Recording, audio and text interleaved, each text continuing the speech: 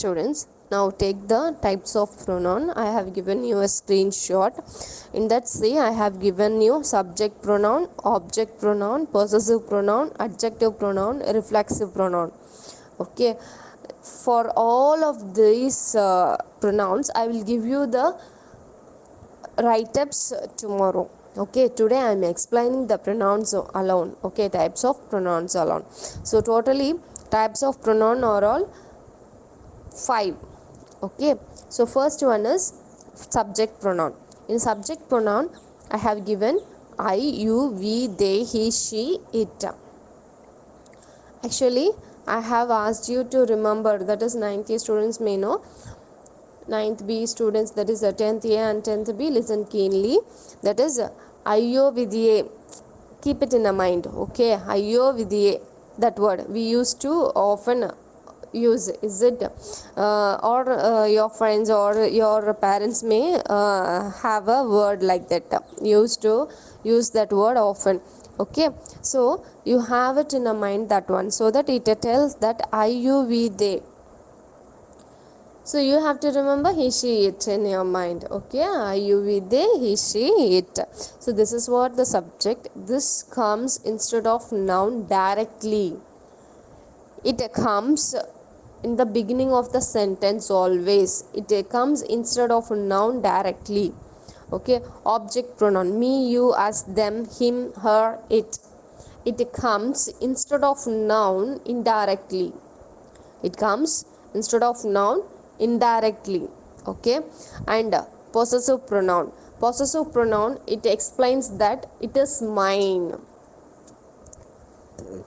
சரியா, possessive pronoun வந்து என்ன சொல்லும் அப்படின்னா, அது என்னுடையது அப்படின்னு சொல்லும்.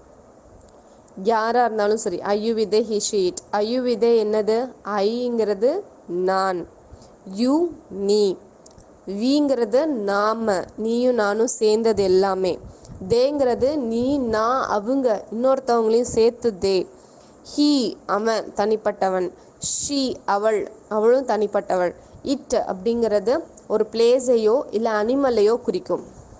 சரியா, இவங்களை பற்றி சொல்லக்கூடியது தான் இந்த ப்ரொனவுனே. ஃபஸ்ட்டு ஸ்டார்டிங் பிகினிங் சப்ஜெக்ட் தான் வந்துட்டு ஃபஸ்ட்டு, அதிலேருந்து பிரிஞ்சது தான் இது எல்லாமே. சரி, சரியா. ஆப்ஜெக்ட் வந்து மறைஞ்சு இதுதான் அப்படின்னு சொல்லும் ஒவ்வொரு கேட்டகரைஸ்க்கும்.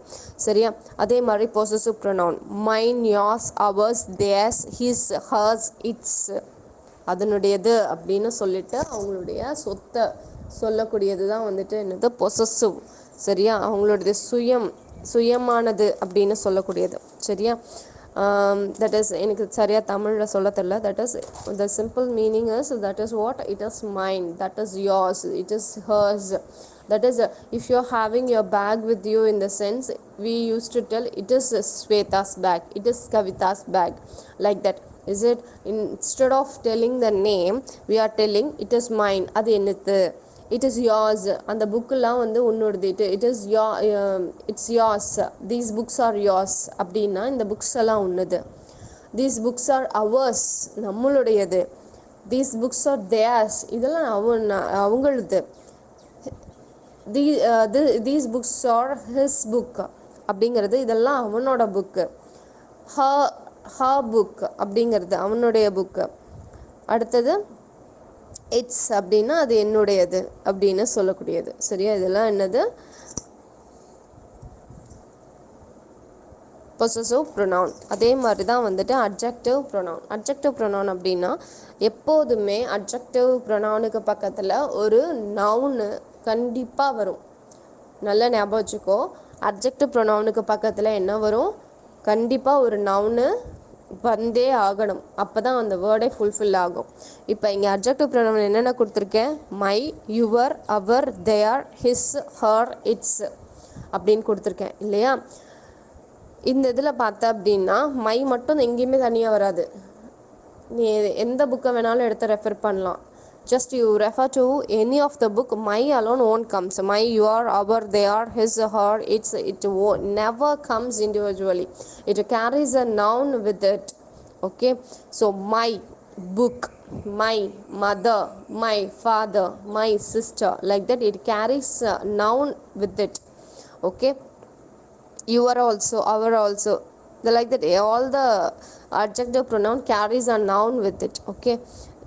And reflexive pronoun, that is it explains that the work done by themselves, that is a concerned subject does the work itself, like that it explains. அதாவது ஒரு ஒர்க்கை ஒரு சப்ஜெக்ட் இதை தான் அவங்களே தான் செஞ்சாங்க அப்படின்னு சொல்லக்கூடியது. இப்போ ஐயனா இப்போ நான் அப்படின்னு இருக்கேன்னா நான் என்னோட வேலையை நானே பார்த்துக்கிட்டேன் அப்படின்னு சொல்லக்கூடியது தான் வந்து ரிஃப்ளெக்சிவ் ப்ரொனவுன். அதாவது I did my work myself, நான் என்னோட வேலையை நானே பார்த்துக்கிட்டேன். You did your work yourself, நீ உன்னுடைய வேலையை நீயே பார்த்துக்கிட்ட. We did our work ourselves, நம்ம வேலையவே பார்த்துக்கிட்டோம். They did their work themselves, அவங்களுடைய வேலையை அவங்களே பார்த்துக்கிட்டாங்க. He did his work himself, அவனே அவனுடைய வேலையை பார்த்துக்கிட்டான். She did her work herself, அவளுடைய வேலையை அவளே பார்த்துக்கிட்டான். It did its work it self, அதனுடைய வேலையை அதுவே பார்த்துக்குச்சு அப்படின்னு சொல்லக்கூடியது தான் ரிஃப்ளெக்சிவ் ப்ரொனவுன். அதாவது சப்ஜெக்டை ரிஃப்ளெக்ட் பண்ணி வரக்கூடியது தான் வந்துட்டு ரிஃப்ளெக்சிவ் ப்ரொனவுன். சரிங்களா? ஸோ இப்போ டோட்டலாக நம்ம எத்தனை ப்ரொனவுன் பார்த்துருக்கோம்? 5 pronounce. In that subject, object, possessive, adjective, reflexive. Okay, in that only one pronoun, that is adjective pronoun alone comes with a noun always. It won't appear in a single, it always appear with a noun only. ஓகேவா?